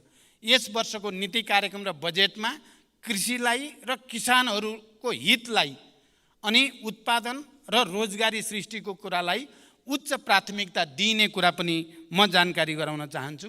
धन्यवाद। अर्का प्रश्नकर्ता मान्य श्री सर्वेन्द्रनाथ शुक्लालाई सम्मान्य प्रधानमन्त्रीसँग प्रश्न सोध्न अनुमति दिन्छु। सम्माननीय सभामुख महोदय, सभामुख मार्फत मेरो सम्माननीय प्रधानमन्त्रीज्यूलाई प्रश्न छ कि भ्रष्टाचार निवारण सम्बन्धी ऐन कानुन सुशासन अनुरूप राज्यको आचरण र सम्बन्धित निकायहरूबीच तालमेलको अभावले गर्दा भ्रष्टाचार विरुद्धका काम कारबाही यथेष्ट रूपमा अगाडि बढ्न सकेको छैन। यो समन्वय कहिलेसम्म गर्ने र कसरी हुने, यसबारे सरकारको योजना केही छ भने जानकारी पाऊँ। धन्यवाद। सम्मान्य प्रधानमन्त्रीलाई उक्त प्रश्नको जवाफ दिन अनुमति दिन्छु। सभामुख महोदय, भ्रष्टाचारलाई कुनै किसिमबाट पनि छुट दिनु हुँदैन र भ्रष्टाचार विरुद्ध शून्य सहनशीलताको नीतिको प्रभावकारी कार्यान्वयन गरी सबै प्रकारका अनियमितता, विकृति र विसङ्गतिलाई अन्त्य गर्ने दृढ इच्छा शक्तिको साथ सरकार अगाडि बढिरहेको जानकारी म गराउन चाहन्छु। अहिले यहाँ कतिपय सन्दर्भमा के भन्ने र प्रचार गर्ने पनि गरिएको छ भने यो नक्कली भुटानी शरणार्थीको इस्युलाई मात्रै सरकारले ध्यान दिएको छ कि भन्ने किसिमले प्रचार गरिएको छ। म मान्य सदस्यको प्रश्नको उत्तर दिँदै यो सम्मानित सदनलाई के जानकारी गराउन चाहन्छु भने अहिलेको सरकारले यो नक्कली भुटानी शरणार्थीको इस्यु मात्रै होइन, अन्य तमाम विगतका ठुल्ठुला घटना जो विवादमा रहे ती सबैको छानबिन गर्ने कुरा, सम्पत्ति शुद्धिकरणसँग सम्बन्धित ठुल्ठुला केसहरूलाई छानबिन गर्ने र दोषीलाई कारबाही गर्ने कुरा, अनि राजस्वमा भएका ठुल्ठुला चलखेलहरूलाई छानबिन गर्ने कुरा, अनि अरू पुँजी बजारसँग सम्बन्धित ठुल्ठुला सेटिङहरूलाई भत्काउने कुरा सरकारले सुरु गरिसकेको जानकारी म गराउन चाहन्छु। त्यसकारण यी भ्रष्टाचारसँग सम्बन्धित विषयका निम्ति आवश्यक परे ऐनहरूमा संशोधन गर्ने, आवश्यक ऐनहरू निर्माण गर्ने कुरालाई पनि अगाडि बढाउन जरुरी छ। यथार्थमा आज देश जसरी आर्थिक, राजनैतिक, सांस्कृतिक रूपले पनि गम्भीर अप्ठ्यारो स्थितिबाट गुज्रिनु परेको छ, त्यसको एउटा र भन्न सकिन्छ मुख्य कारण संस्थागत भ्रष्टाचार नै हो। चौतर्फी भ्रष्टाचार र विकृतिले गर्दा देश निकै अप्ठ्यारो ठाउँतिर जान थालेको हुनाले म यो सम्मानित सदनसँग र यसका सबै राजनीतिक नेतृत्वसँग अपिल गर्न चाहन्छु। हामीलाई अहिले एउटा अवसर छ आफूलाई सच्याउने, राजनीतिक दलहरू, यो सम्मानित सदनलाई पनि एउटा ठुलो ऐतिहासिक अवसर छ। भ्रष्टाचार र विकृतिका विरुद्ध, विसङ्गतिका विरुद्ध एउटा नयाँ अभियानको थालनी गरेर देशलाई एउटा साँच्चै लोकतन्त्र र गणतन्त्र, जनताको लागि, देशको लागि, विकासको लागि, समृद्धिको लागि, सुशासनको लागि सबैभन्दा राम्रो व्यवस्था हो भन्ने प्रमाणित गर्ने एउटा अवसर हामीलाई प्राप्त छ। यो अवसर हामी कसैले गुम्न नदिउँ भनेर म अपिल गर्न चाहन्छु। धन्यवाद। अर्का प्रश्नकर्ता मान्य सदस्य श्री गङ्गाराम चौधरीलाई सम्मान्य प्रधानमन्त्रीसँग प्रश्न सोध्न अनुमति दिन्छु। सम्मान्य सभामुख महोदय मार्फत सम्मान्य प्रधानमन्त्रीलाई मेरो प्रश्न। पहिलो प्रश्न, 2072 सालको टिकापुर घटनालाई लक्षित बनाएर गरेको सर्वोच्च अदालतको फैसलालाई भूमिपुत्रहरू र नागरिक मुक्ति पार्टीले सम्मान गर्दछ। साथै सम्मानित सर्वोच्च अदालतको फैसलालाई सबैले सम्मान गर्नुपर्नेछ र गर्नु पनि पर्दछ। तर सम्मान्य सभामुख महोदय, पहिचान सहितको आफ्नो हक अधिकार माग्दा गरिएको आन्दोलनमा सम्मानित सर्वोच्च अदालतबाट गरिएको फैसला न्यायपूर्ण भयो र थारूहरूले 2072 सालमा आफ्नो हक अधिकार पहिचान माग्दा घुसपैठ गरी घटाइएको पूर्व योजना सहितको टिकापुर घटना किन राजनीतिक घटना भएन? म प्रश्न गर्न चाहन्छु। सम्मान्य सभामुख महोदय, यसको जवाब सभामुख मार्फत मैले माननीय गृहमन्त्री र सम्मान्य प्रधानमन्त्रीज्यूबाट पाउनै पर्छ। दोस्रो प्रश्न, सभामुख महोदय, माननीय रेशम चौधरी लगायत टिकापुर राजबन्दीहरू अन्यायमा परेका छन्।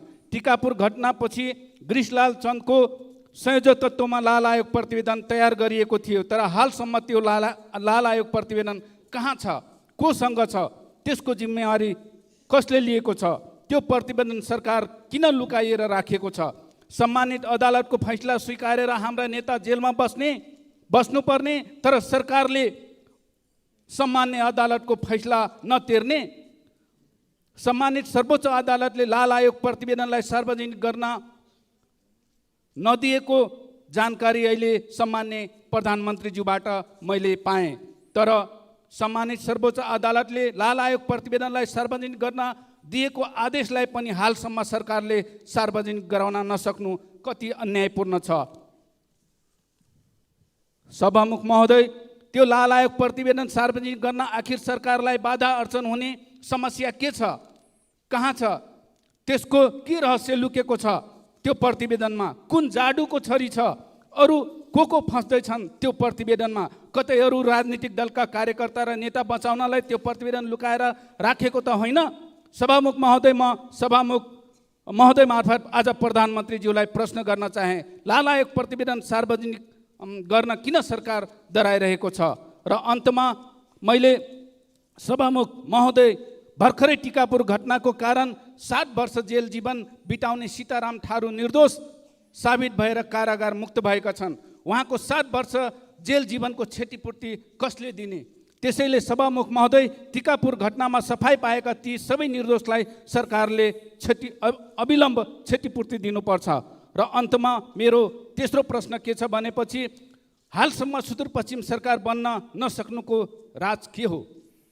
सभामुख महोदय मार्फत म प्रधानमन्त्रीज्यूलाई, सामान्य प्रधानमन्त्रीज्यूलाई प्रश्न गर्न चाहे, सरकार बनेको 5 महिना पुग्दैछ, हालसम्म सुदूरपश्चिम सरकार बनाउन नसक्ने सरकार के कारणले बन्न सकेको छैन?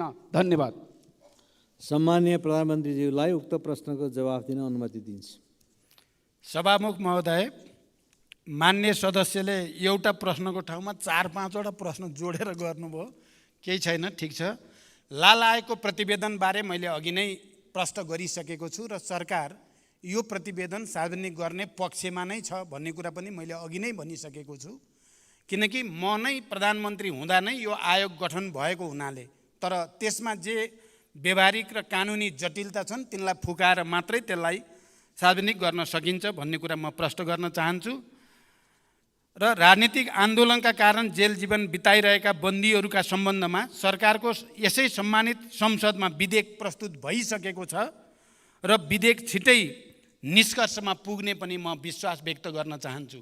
खालि थारूहट आन्दोलनसँग सम्बन्धित मात्र होइन, मधेस आन्दोलन लगायत अन्य आन्दोलनसँग सम्बन्धित बन्दीहरूको रिहाईको विषय पनि त्यो विधेयकमा रहेको जानकारी पनि म गराउन चाहन्छु। त्यो विधेयक यसै सदनमा दर्ता भइसकेको छ र हामी छिटै त्यसलाई पारित गर्दैछौँ र त्यो विधेयकको बाटो गरी अनि बन्दी रिहा गर्ने बाटो पनि हामी अगाडि बढ्नेछौँ। यो कुरा पनि म प्रश्न गर्न चाहन्छु। तपाईले रेशमलाल चौधरीको बारेमा जसरी प्रश्नसँग प्रश्न राख्नु भएको छ, म के विश्वास दिलाउन चाहन्छु भने रेशम चौधरीको विषयमा हामीले यस अगाडि पनि अध्यादेश ल्याएर भए नि उहाँलाई छुटाउने प्रयास हामीले गरेकै हो। अदालतबाट जे फैसला भए पनि छिटो फैसला होस् भन्नको निम्ति हामीले सबैतिर कुनै न कुनै रूपमा आवाज उठाएकै हो र अहिले टुङ्गिएको छ। अब यो विषयलाई कसरी समाधान गर्ने विषयमा हामी निकै गम्भीर छौँ र मलाई विश्वास छ यसको छिटै एउटा टुङ्गोमा हामी पुग्नेछौँ। धन्यवाद। अर्का प्रश्नकर्ता मान्य सदस्य श्री प्रेम सुवाललाई सम्मान्य प्रधानमन्त्रीसँग प्रश्न सोध्न अनुमति दिन्छु। सभामुख महोदय, सभामुखज्यू मार्फत प्रधानमन्त्रीजीलाई जिज्ञासा राख्न चाहन्छु। प्रधानमन्त्रीजीले नेपाललाई स्विजरल्यान्ड र सिङ्गापुर जस्तै बनाउने भन्नुहुन्थ्यो। ती दुवै देश कस्ता थिए? अहिले नेपाललाई नेपाली नागरिकलाई नक्कली भुटानी शरणार्थी बनाउने देश किन बनाउनु भयो? नक्कली भुटानी शरणार्थी बनाउने नाउँमा राज्य विरुद्धको कसुर, मानव बेचबिखन तथा वसार प्रसार, सङ्गठित अपराध, सरकारी कागजात छाप तथा दस्तखत कृत्य, सार्वजनिक सम्पत्ति दुरुपयोग, सरकारी गाडीमा भ्रष्टाचारको करोडौँ रुपियाँ वसार प्रसार, ठगी लगायत काण्ड मचाएका आरोपीहरूलाई के कस्तो कारबाही हुने हो त्यो यहाँले केही अनुमान गर्नुभएको छ? यसमा प्रधानमन्त्री हुनुभएकाहरू सबै जिम्मेवार हुनु पर्दैन र? यति बेलै 3 दलबीच सहमति पनि भयो समिति भागभन्दा लगायतमा।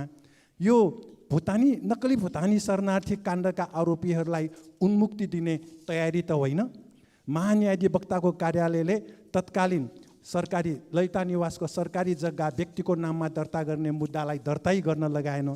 के यो नक्कली भुटानी शरणार्थीको मुद्दा पनि महान्यायाधिवक्ताको कार्यालयले फलानालाई छोडिदिनु, फलानालाई मुद्दा दिनु भनेर आदेश दिने हो कि अथवा मुद्दै नलाग्ने हो कि? र महान्यायाधिवक्ताको कार्यालयलाई प्रधानमन्त्रीद्वारा त्यस्तो आदेश जाने हो कि? र साथसाथै खोप विश्वविद्यालय विधेयक पारित नभई ज्ञानमा आधारित अर्थतन्त्र निर्माण कसरी हुन्छ? धन्यवाद। सम्माननीय प्रधानमन्त्रीलाई उक्त प्रश्नको जवाफ दिन अनुमति दिन्छु। सभामुख महोदय, नेपाली नागरिकलाई नक्कली भुटानी शरणार्थी बनाउने सङ्गठित अपराधका सम्बन्धमा मैले यसअघि नै धेरै प्रश्न पारिसकेको छु। सरकार पुरै दृढ छ, कसैप्रति पनि कुनै आग्रह र पूर्वाग्रह राखिने छैन, कुनै पनि अपराधीलाई छुट दिइने छैन। यति भनिसकेपछि म मान्य सदस्य र उहाँ मार्फत यो सम्मानित सदनलाई के कुरा प्रश्न गर्न चाहन्छु भने यो केस चाहिँ, यो इस्यु भनौँ मुद्दा अब कुनै पार्टी विशेषको, सरकार विशेषको या कुनै नेता विशेषको मात्रै रहेको छैन। यो आम जनताको विषय भइसकेको छ। यो विषय राष्ट्रिय मात्रै होइन, यो अन्तर्राष्ट्रिय विषय पनि भइसकेको छ। सबै अन्तर्राष्ट्रिय सङ्घ संस्थाहरूले पनि बडो गम्भीर रूपले यो विषय हेरिसकेको अवस्था पनि छ। एकातिर सरकार दृढताको साथ दोषीलाई नछोड्ने, निर्दोषलाई नपार्ने नीति अन्तर्गत एउटा निष्कर्षमा पुर्याउन अगाडि बढेको छ भने अर्कोतिर जनता र विश्वको नजर पनि यसमा परेको हुनाले मान्य सदस्यले कुनै शङ्का गर्नु पर्दैन। यसको तात्विक निष्कर्षमा पुर्याउन सरकार दृढ रहेको छ। गुणस्तरीय शिक्षा प्रदान गरी शिक्षालाई रोजगारीमूलक र जीवन उपयोगी बनाउने नीति सरकारले लिएको छ। गुणस्तरीय शिक्षा प्रदान गर्न खोप विश्वविद्यालय लगायत अन्य विश्वविद्यालयहरू माग र आवश्यकताका आधारमा कानुन बनाउँदै सञ्चालनमा लैजाने जानकारी पनि म गराउन चाहन्छु। मैले खोप विश्वविद्यालय आफैले पनि गएर त्यसको अध्ययन अनुगमन गरेको छु। मेरो रुचि छ त्यसमा, त्यसकारण यसलाई अगाडि बढाउने कुरामा म मान्य सदस्यलाई विश्वास दिलाउन चाहन्छु। धन्यवाद। अर्का प्रश्नकर्ता मान्य सदस्य श्री चित्रबहादुर केसीलाई सम्माननीय प्रधानमन्त्रीसँग प्रश्न सोध्ने अनुमति दिन्छु।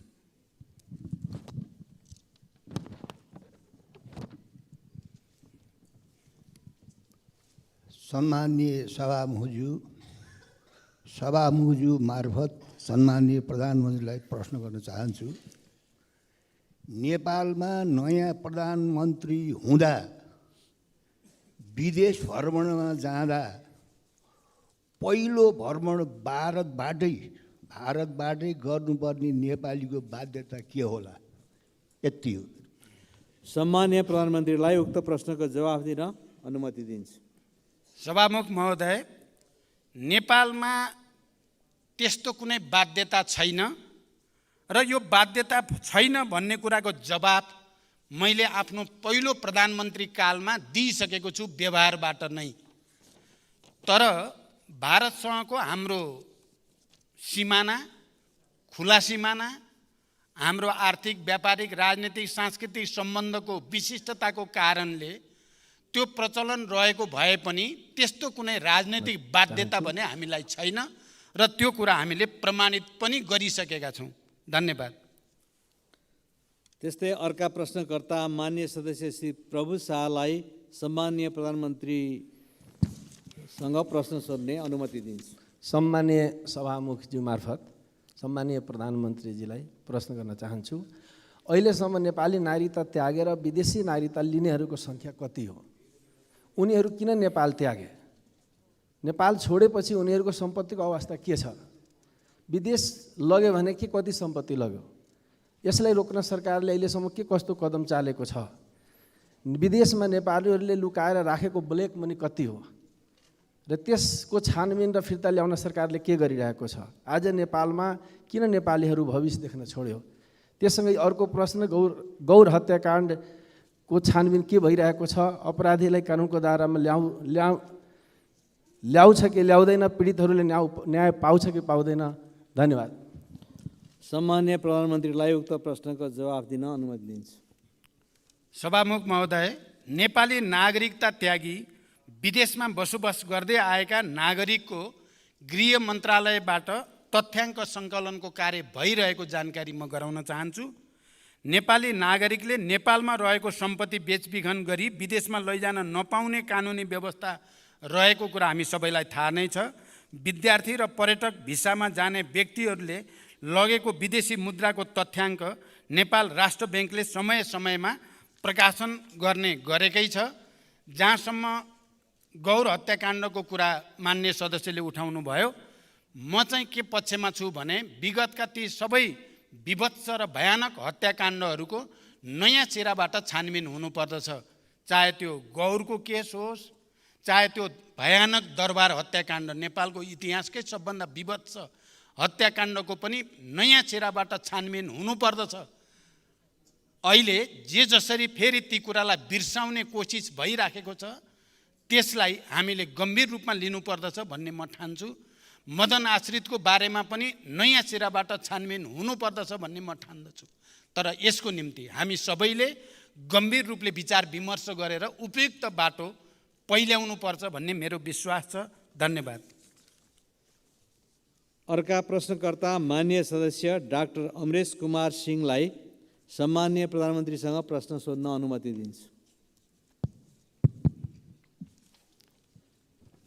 सम्मानीय सभामुख महोदय, सभामुख मार्फत सम्मानीय प्रधानमन्त्रीजीलाई केही प्रश्न राख्न चाहन्छु।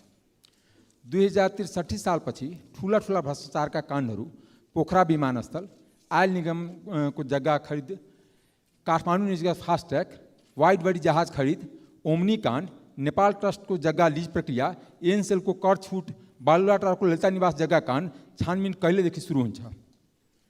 साथै आम नेपाली नागरिकले राजनीति रहित गुणस्तरीय सहज एवं सुलभ तरिकाले शिक्षा, स्वास्थ्य, न्याय एवं रोजगारी र किसानले समयमै मल, बिउ र उत्पादनको उचित बजार पाउने दिन कहिले आउँछ? र अर्को एउटा प्रश्न छ कि ललितपुर आन्तरिक राजस्व कार्यालयको एउटा कागजात बाहिर आएछ। नेपालको सबभन्दा महँगो शुल्क लिने उलेन्स स्कुलको आयकर माफ गरिएको छ र जहाँ बुढा निकण्ठमा नेपाली विद्यार्थी, गरिब विद्यार्थी छात्रवृत्तिमा पढ्छ त्यहाँ आयकर लिने गरिन्छ। यस्तो परम्परा कहिलेसम्म रहन्छ? धन्यवाद। सम्माननीय प्रधानमन्त्रीलाई उक्त प्रश्नको जवाफ दिन अनुमति दिन्छु। मान्य सदस्यज्यूले उठाउनु भएको यो प्रश्नका उत्तरहरू मैले अघिल्ला उत्तरहरूमा दिइसकेको छु। त्यसकारण यी सबै ठुल्ठुला काण्डहरू, हत्याकाण्डहरू या भ्रष्टाचारका काण्डहरूको छानबिन प्रक्रिया अगाडि बढाउने बारे सरकार गम्भीर रूपले लागिरहेको जानकारी म फेरि दोहोऱ्याउन चाहन्छु र अन्य विषयहरू चाहिँ को बारेमा तपाईँले ध्यान आकर्षण गराउनु भएको छ। ध्यान आकर्षण भएको कुरा पनि म जानकारी गराउँछु। धन्यवाद। अर्का प्रश्नकर्ता माननीय सदस्य श्री योगेन्द्र मण्डललाई सम्माननीय प्रधानमन्त्रीसँग प्रश्न सोध्न अनुमति दिन्छु। सम्माननीय सभामुख महोदय, सम्माननीय सभामुख महोदय मार्फत प्रधानमन्त्रीज्यूलाई मेरो प्रश्नभन्दा पनि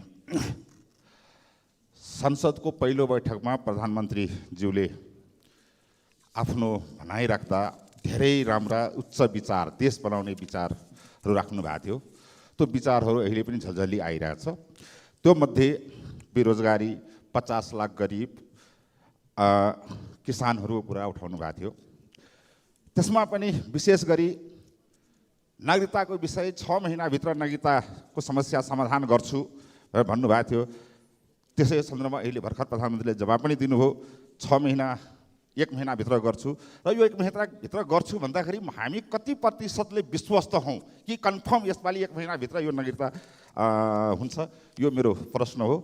र सँगसँगै अहिले सुन्नमा आएको खास गरी खेलाडीहरू जुन अन्तर्राष्ट्रिय खेलाडी जुन भएको छ अहिले हाम्रो नेपालको जुन गौरव हामीलाई गौरव दिलाएको छ, ती खेलाडीहरूलाई रकम दिने, आर्थिक सहयोग गर्ने सरकारले घोषणा गर्ने र त्यो चाहिँ पहिला पनि घोषणा गरेको र भर्खर अस्ति घोषणा गरेको पनि पहिला पनि नपाएको भन्ने सुन्न आएको छ।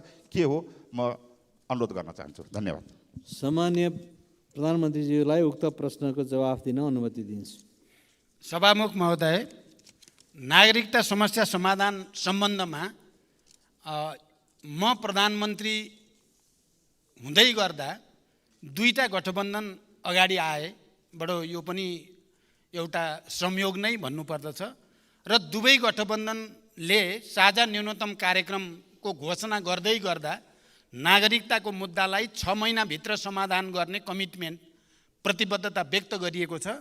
यहाँ अघि मान्य सदस्यले 6 महिनामध्ये 5 महिना बित्यो, अब कति लाग्छ भनेर सोधेको सन्दर्भमा मैले केही व्याख्यासहित अब 1 महिनाभित्र यसलाई टुङ्ग्याउन सकिन्छ भनेर मैले विश्वास दिलाएको छु। तपाईँले प्रतिशतमा सोध्नुभयो, 1 महिनाभित्र मेरो विचारमा 100% नै यो समस्या समाधान गर्नुपर्छ, गर्न सकिन्छ। धन्यवाद। अर्का प्रश्नकर्ता मान्य सदस्य श्री दीपक गिरीलाई म सम्माननीय प्रधानमन्त्रीज्यूलाई आफ्नो प्रश्न राख्न अनुमति दिन्छु। सम्मान्य सभामुखज्यू, म सम्मान्य सभामुखज्यू मार्फत प्रधानमन्त्रीजीलाई एउटा प्रश्न राख्न गइरहेको छु। 7 दशक पहिला विक्रम सम्वत 2011 सालमा स्थापना भएको दाङ तुलसीपुर स्थित ऐतिहासिक र मध्यपश्चिम जनताको लागि महत्त्वपूर्ण तरिगाउँ विमानस्थल हालसम्म स्तर उन्नति हुन सकेन। हाल तपाईँको प्रधानमन्त्री कालमा ATR 72 वा सो सरह जहाज अवतरण र उडान गर्न सक्ने गरी सो विमानस्थलको धावन मार्ग स्तर उन्नति हुँदैछ भन्ने र चर्चा चलेको छ। आगामी अब 2080-81 तरिगाउँ विमानस्थलको धावन मार्ग स्तरोन्नति गर्न नेपाल सरकारसँग के कस्तो योजना र रणनीति रहेको छ? धन्यवाद। जय नेपाल। सम्माननीय प्रधानमन्त्रीलाई उक्त प्रश्नको जवाफ दिन अनुमति दिन्छु। सभामुख महोदय, देशको एउटा मेरुदण्डकै रूपमा रहेको हवाई सेवालाई सुरक्षित, भरपर्दो, व्यवस्थित र अन्तर्राष्ट्रिय स्तरको बनाउन सरकार प्रयत्नशील रहेको कुरा म जानकारी गराउन चाहन्छु। दाङ तुलसीपुर स्थित तरिगाउँ विमानस्थललाई क्षेत्रीय विमानस्थलका रूपमा विकास गर्न संस्कृति, पर्यटन तथा नागरिक उड्डयन मन्त्रालयले सम्भाव्यता अध्ययन गरिसकेको छ। यसलाई स्तरोन्नति गर्ने कार्यलाई उच्च प्राथमिकतामा राखिएको छ। हामीले अन्तर्राष्ट्रिय स्तरको विमानस्थल निर्माणको कुरालाई प्राथमिकतामा राखेका छौँ, तर त्यसको बारेमा जति गम्भीर ढङ्गले विचार गरिनुपर्ने हो, कुन हवाई मैदान सबभन्दा पहिला बनाउनु पर्ने हो, कुन पछि बनाउनु पर्ने हो भन्नेमा कहीँ न कहीँ हामी चुकेको महसुस हुन्छ। हामीले फास्ट ट्र्याक भनेर अरबौँ खर्च गरेर फास्ट ट्र्याक रोड बन्दैछ, सेनाले त्यसलाई अगाडि बढाइरहेको छ। यहाँहरूलाई जानकारी भएकै छ, केही दिन अगाडि मात्रै म लगायत सरकारको एउटा उच्चस्तरीय टोलीले त्यसको अनुगमन भ्रमण पनि गर्यो। त्यो फास्ट ट्र्याक रोड यथार्थमा तराई मधेसलाई र मुख्यतः निजगढ विमानस्थललाई टार्गेट गरेर बनाउने निर्णय गरिएको। त्यसकारण निजगढ विमानस्थललाई अगाडि बढाउने कुरामा पनि सरकार प्रतिबद्ध छ र समग्रमा नेपालको हवाई सेवालाई व्यवस्थित गर्ने कुरामा सरकार दृढताको साथ अगाडि बढेको जानकारी गराउन चाहन्छु। धन्यवाद। अर्का प्रश्नकर्ता मान्य सदस्य श्री रघुजी पन्तलाई सम्मान्य प्रधानमन्त्रीसँग आफ्नो प्रश्न राख्न अनुमति दिन्छु।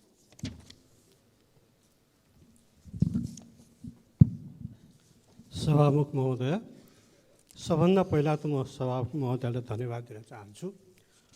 प्रत्येक महिनाको पहिलो हप्ता प्रधानमन्त्रीसँग प्रत्यक्ष प्रश्न सोध्न पाइने हाम्रो नियमावलीको दफा 56 को 1 मा उल्लेख भए पनि 5 महिनापछि आज यो सुदिन आएको छ।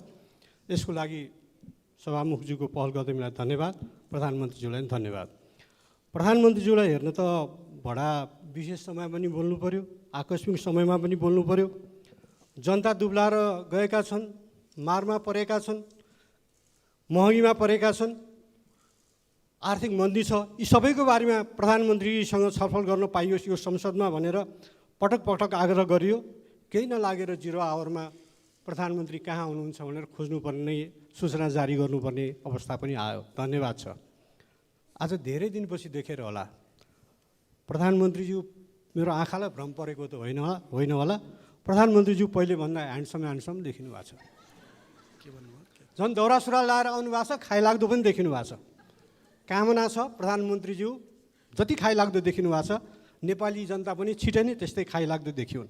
म अब आफ्नो प्रश्नतिर जान चाहन्छु सभामुख महोदय। तर प्रश्न सोध्नुभन्दा अगाडि म अर्को एउटा प्रश्न गर्न चाहन्छु। यो प्रश्न कसले आउट गर्यो? मेरो प्रश्न, अरू सांसदहरूको प्रश्न कसले आउट गर्यो? यो संसदभित्र प्रधानमन्त्रीलाई प्रत्यक्ष प्रश्न सोध्ने विशेषाधिकार सांसदको मात्रै हो। सांसदले त्यो प्रश्न नसोध्दै ती प्रश्नहरू अखबार र सञ्चार माध्यमहरूमा आउनु उपयुक्त हुँदैन।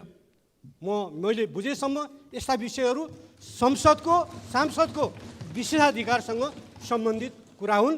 यो जहाँबाट गएको भए नि म यसलाई ठुलो इस्यु बनाउन चाहन्न, तर आइन्दा यहाँ प्रश्न सोध्नुभन्दा अगाडि सांसदले सोधिने प्रश्नहरू आउट हुनु हुँदैन। हाई स्कुलको प्रश्न आउट भए पनि, कलेजको प्रश्न आउट भए पनि, संसदको प्रश्न आउट भए पनि त्यो राम्रो मानिँदैन। मेरो प्रश्न छ, यो नेपाल भारत सम्बन्धका विविध पक्ष 1950 को सन्धि लगायत ती विविध पक्षमा सुझाव दिन गठित प्रबुद्ध व्यक्ति समूह इमिनेन्ट पर्सन ग्रुपको प्रतिवेदन तपाईँको भारत भ्रमणको बेलामा दुवै प्रधानमन्त्रीले बुझ्ने काम हुन्छ कि हुँदैन? यदि भारत भ्रमणको बेलामा बुझ्ने काम भएन भने यो प्रतिवेदन तपाईँले नेपाल फर्केपछि कहिले बुझ्नुहुन्छ? लिम्पियाधुरा, कालापानी, लिपुलेख सहित मिचिएका भूमि फिर्ता गरी नेपाल भारत बीच सीमा समस्या समाधान गर्ने विषय तपाईँको भ्रमणको कार्यसूचीमा परेको छ कि छैन? धन्यवाद। सम्माननीय प्रधानमन्त्रीलाई उक्त प्रश्नको जवाफ दिन अनुमति दिन्छु। सभामुख महोदय, मान्य सदस्यले मेरो अलि धेरै नै प्रशंसा भनौँ कि व्यङ्ग के भन्ने हो, त्यसको लागि धन्यवाद। म धेरै खाइलाग्दो भएको छु जस्तो लागेको छैन। मेरो तौल चाहिँ घटिराखेको छ, देख्दाखेरि तपाईँले राम्रो देख्नुभएछ। तपाईँको आँखालाई पनि धन्यवाद। अब अर्को चाहिँ मान्य सदस्यले बडो मार्मिक ढङ्गले राख्नुभयो। यो सदनमा मान्य सदस्यहरूले प्रत्यक्ष रूपमा प्रधानमन्त्रीलाई सोध्ने प्रश्न पहिले नै मिडियामा आउनु राम्रो होइन, यसमा सतर्क हुनुपर्छ र यसलाई रोकिनुपर्छ भन्ने कुरा। अघि एकछिन मेरो कार्यकक्षमा त्यहाँ थोरै व्यङ्ग जस्तो पनि भयो। एकजना मान्य सदस्यले भन्नुभयो पहिल्यै गएछ प्रश्न, मैले सोधेँ मेरो उत्तर पनि आछ कि छैन बाहिर? अब मेरो उत्तर पनि बाहिर आइसकेको छ भने त सदन बस्नै परेन। प्रश्न पनि आइसकेको छ, तर उत्तर आएको रहेनछ। कम्तीमा त्यो कुरा चाहिँ गनिमत भन्नुपर्छ। जहाँसम्म भारत भ्रमणबारे कुरा मान्य सदस्यले राख्नु भएको छ, यी सबै गम्भीर विषयमा इपिजी रिपोर्टदेखि लिएर सीमा समस्यासँग सम्बन्धित विषयहरू, हाम्रो जमिनसँग सम्बन्धित विषयहरूमा पनि हामीले के कुरा प्रश्न गरेका छौँ भने हाम्रो 1 इन्च जमिन पनि हामी छोड्न सक्दैनौँ, हामीलाई छिमेकीको 1 इन्च जमिन पनि चाहिँदैन। यो नीति अन्तर्गत हामी नेपालका सबै राजनीतिक दलहरू र यो सम्मानित सदन सबै नै हामी एकमत नै छौँ। त्यही मान्यताभित्र रहेर नै भारत सरकारसँग कुराकानी हुन्छ। जहाँसम्म त्यसलाई बुझ्ने या नबुझ्ने कुरा रिपोर्टलाई या देशभित्र आएपछि के हुन्छ भन्ने कुरा भारत भ्रमणमा गएर कुरा गरिसकेपछिको परिस्थितिमा मात्रै भन्न सकिन्छ। तर म के विश्वास दिलाउन चाहन्छु भने नेपालको राष्ट्रिय हित, नेपालको राष्ट्रिय एकता, अखण्डता र स्वाधीनतामा कुनै किसिमको सम्झौता या कुनै किसिमको भ्रम पर्न दिइने छैन। यति विश्वास चाहिँ म दिलाउन सक्छु। धन्यवाद। अर्का प्रश्नकर्ता मान्य सदस्य श्री दिलेन्द्र प्रसाद बडुललाई सम्मान्य प्रधानमन्त्रीसँग आफ्नो प्रश्न राख्न अनुमति दिन्छु। सम्माननीय सभामुख महोदय, सम्माननीय प्रधानमन्त्रीलाई मेरो प्रश्न छ। सम्माननीय प्रधानमन्त्रीको आसन्न भारत भ्रमणमा देशको पश्चिमोत्तर सीमा कालापानी, लिफुलेक र लिम्पियाधुराको सीमा विवादको एजेन्डा समावेश छ या छैन? यस सन्दर्भमा उच्चस्तरीय वार्ताको कूटनीतिक तयारी के छ? स्पष्ट जानकारी चाहियो। हस्, धन्यवाद। सम्माननीय प्रधानमन्त्रीलाई उक्त प्रश्नको जवाफ दिन अनुमति दिन्छु। सभामुख महोदय, नेपालको परराष्ट्र नीति संयुक्त राष्ट्रसङ्घको बडापत्र, असंलग्नता र पञ्चशीलको सिद्धान्तमा आधारित रहेको कुरा यो सम्मानित सदनलाई जानकारी नै छ।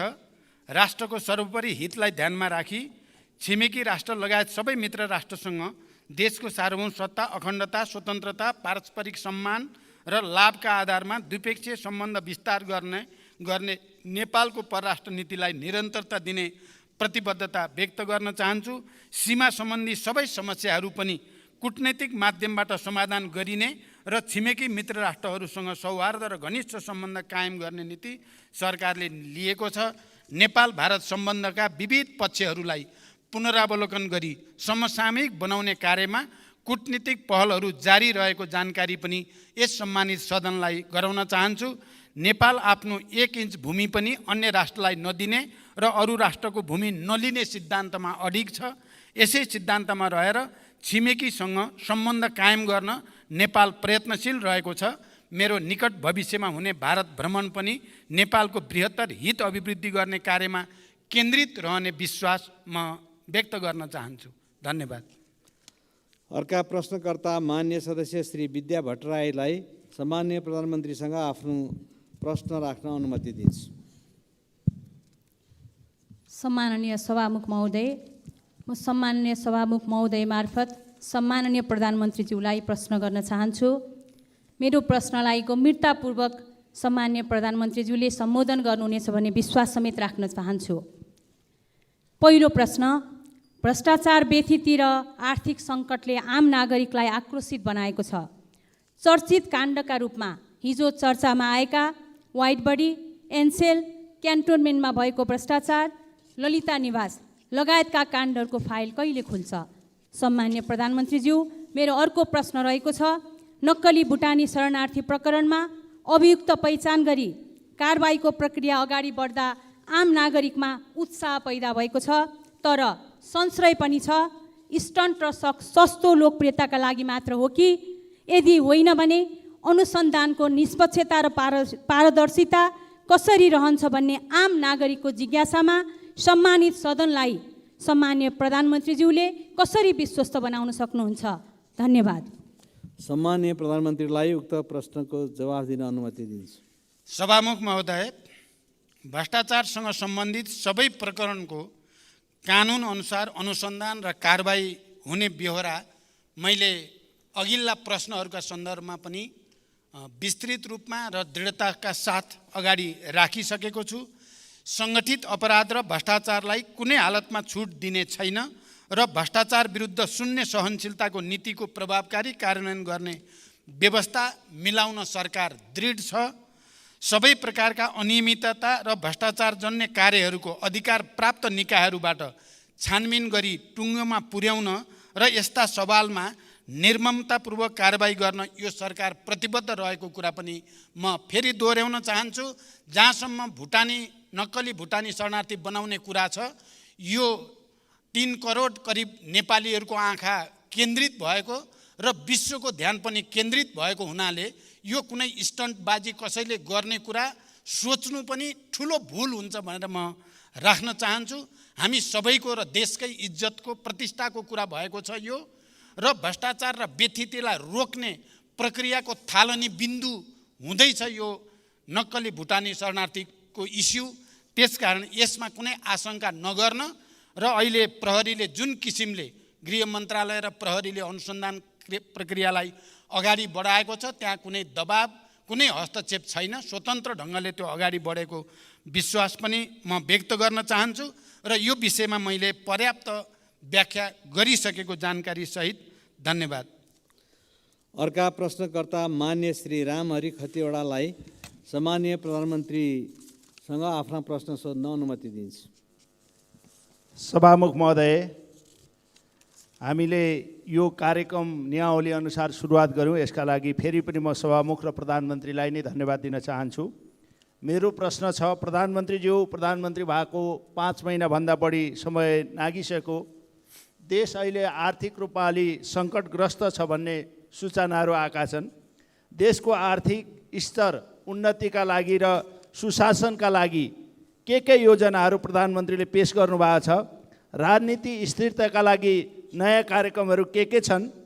अझ ग्रामीण जनताको जीवन स्तर उकास्न कस्ता कार्यक्रमहरू जनताका बिचमा ल्याइँदैछ? भ्रष्टाचार निर्मूलनमा प्रधानमन्त्रीले प्रतिबद्धता गर्नुभएको छ। मेरो र तेरो भन्ने छुट्याउने प्रचलन हुन्छ हुन्न? र भूकम्प पीडितहरूलाई 72 सालमा गएको भूकम्पले क्षति भएका भूकम्प पीडितहरूलाई पहिलो किस्ताको 50,000 दिएर दोस्रो र तेस्रो किस्ताको घर बनिसकेपछि पनि अहिलेसम्म रकम नगएको 6,119वटा भूकम्प पीडितहरू छन्। उहाँहरूलाई कहिले त्यो रकम जान्छ र थप 1 लाख रुपियाँ दिने भनेर सरकारले निर्णय गरेको थियो, त्यो पनि कहिले जान्छ भनेर अनुरोध गर्न चाहन्छु। र सभामुख महोदय, करिब यो प्रश्न पनि अन्तिम होला। प्रधानमन्त्रीलाई ह्यान्डसम देख्ने चलन पनि यहाँ देखेका छौँ। सधैँ प्रधानमन्त्री आएपछि अलि ह्यान्डसम देख्ने पद्धति पनि कम होला। संसदमा उपस्थित भयो भने अरूले पनि ह्यान्डसम देख्ने, हामीले पनि देख्ने पद्धतिको विकास होस्। एउटा अन्त्यमा प्रश्न छ, देशको संसद अहिले आमरण अनसनमा बस्नु भएको छ। सभामुखलाई विकास निर्माणका कार्यक्रम लिएर यो कुरा सदन र सरकारलाई जानकारी छ कि छैन? धन्यवाद। सम्माननीय प्रधानमन्त्रीलाई उक्त प्रश्नको जवाफ दिन अनुमति दिन्छु। सभामुख महोदय, वर्तमान सरकार गठन भएपछि अर्थतन्त्रमा सुधार ल्याउने कुरालाई उच्च प्राथमिकतामा राखेको छ र त्यसको निम्ति विभिन्न उपाय र कदमहरू चालिएको छ। मौद्रिक नीति र वित्तीय नीतिको बिचमा सामञ्जस्यता ल्याउनको लागि राष्ट्र ब्याङ्क र अर्थ मन्त्रालयका बिचमा लगातार छलफल बहस गर्दै सहजीकरण गर्ने प्रक्रिया अगाडि बढेको छ। यी सबै सचेत र इमान्दार पहलकै कारण अहिले विप्रेषण र विदेशी मुद्रा सञ्चितिमा उल्लेख्य सुधार भएको छ। साथै राहदानी, श्रम स्वीकृति, राष्ट्रिय परिचय पत्र लगायतका सार्वजनिक सेवा प्रवाहमा जनताले अनुभूत गर्ने गरी सुधार भएको छ। विकास निर्माण तथा सार्वजनिक सेवा प्रवाहको अनुगमनलाई थप सशक्त बनाइएको छ। राज्यप्रति जनताको विश्वास बढ्दै गएको छ। मुलुकमा सुशासन कायम गर्ने सम्बन्धमा सरकार स्पष्ट मार्गदर्शनका साथ अगाडि बढेको कुराले आम नागरिकमा राज्य र सरकारप्रतिको भरोसा बिस्तारै बढ्न थालेको छ। भ्रष्टाचार नियन्त्रणमा शून्य सहनशीलताको नीतिलाई अवलम्बन गर्दै कुनै पनि विषयमा सम्झौता नगर्ने र परिणाममा देखिने गरी कार्यान्वयन गर्न सरकार दृढ सङ्कल्पित छ। फौजदारी र सङ्गठित अपराधको जालो तोड्नका लागि गृह मन्त्रालयलाई स्पष्ट निर्देशन सहित अगाडि बढाइएको छ। भूकम्प पीडितको बाँकी किस्ता 2080 असार मसान्तसम्म भुक्तानी गराइने जानकारी पनि म गराउन चाहन्छु। यति भनिसकेपछि म अन्तिममा, हुन त 2064मा विस्तृत शान्ति सम्झौता भएर देश सङ्घीय लोकतान्त्रिक गणतन्त्रमा प्रवेश गरेपछि हामी आर्थिक, सामाजिक, सांस्कृतिक, शिक्षा, स्वास्थ्यको दृष्टिकोणले हामी कहाँ आइपुगेका छौँ भन्ने कुराको संक्षिप्त केही तथ्याङ्क राखेर म बिदा हुन चाहन्छु। 64 र अहिले 79 को तुलना गर्दा यो नेपाल सरकारकै तथ्याङ्क विभागको सूचना हो। म शिक्षाको क्षेत्रमा के प्रगति भयो, कहाँ समस्या छ? 2064 सालमा प्राइमरी स्कुलहरूको सङ्ख्या 30,924 थियो, अहिले त्यो बढेर 35,187 भएको छ। माध्यमिक तहका विद्यालयहरूको सङ्ख्या 10,636 थियो, त्यो अहिले बढेर 17,183 भएको छ। सेकेन्ड्री स्कुलहरूको उच्च माध्यमिकको 6,516 थियो 64मा, त्यो अहिले 10,984 भएको छ। अनि विद्यालयमा भर्ना हुनेको दर 64 मा 95% थियो, अहिले 97% पुगेको छ। त्यस्तै साक्षरता प्रतिशत 64 मा 61% थियो, अहिले त्यो बढेर 76% 76 भएको छ। स्वास्थ्यको क्षेत्रमा हस्पिटलको सङ्ख्या 2064 मा 102 हस्पिटल थिए, अहिले 201 हस्पिटल छन्। डाक्टरहरूको सङ्ख्या 2064 मा 1627 थिए, अहिले 30,133 डाक्टर भएका छन् र यो आफैमा एउटा ठुलो चुनौती भएको छ हाम्रो स्वास्थ्य क्षेत्रको निम्ति। अनि यो सरदर आयु 64 मा 64 वर्ष नै थियो नेपालीको सरदर आयु, अहिले त्यो बढेर 72 वर्ष भएको छ। अनि बाल मृत्यु दर 64 मा 48%, 1000 मा 48 बालबालिका मृत्यु हुने गर्थ्यो, अहिले त्यो घटेर 28 मा आएको छ। 5 वर्षभन्दा मुनिका बालबालिका मर्ने दर 64 मा 61 थियो, अहिले त्यो घटेर 33 मा आएको छ। उल्लेख्य सुधार यसबाट देख्न सकिन्छ। अनि इन्स्टिट्युसनल डेलिभरी अथवा अस्पतालमा या स्वास्थ्य केन्द्रमा गएर डेलिभरी बच्चा जन्माउने प्रक्रिया 64 मा 18% मात्रै जान्थे अस्पतालमा गएर बच्चा जन्माउने काम, अहिले 79%, धेरै ठुलो प्रगति त्यसमा देखिएको छ। त्यस्तै आर्थिक क्षेत्रमा पर क्यापिटा इन्कम चाहिँ पहिला 37,000 GDP थियो, अहिले 1,82,000 पुगेको छ। रेमिटेन्स 64 मा 17% थियो, अहिले 20% भएको छ। अनि माल निर्यात गर्ने 64 मा 13 थियो, अहिले घटेको छ, त्यो 7% मा घटेको छ। इम्पोर्ट 33% थियो, अहिले 43% मा बढेको छ। अनि कृषि मत्स्य पालन र चाहिँ फरेस्ट्रीमा 64 मा 32 थियो, अहिले 25 मा आएको छ। त्यस्तै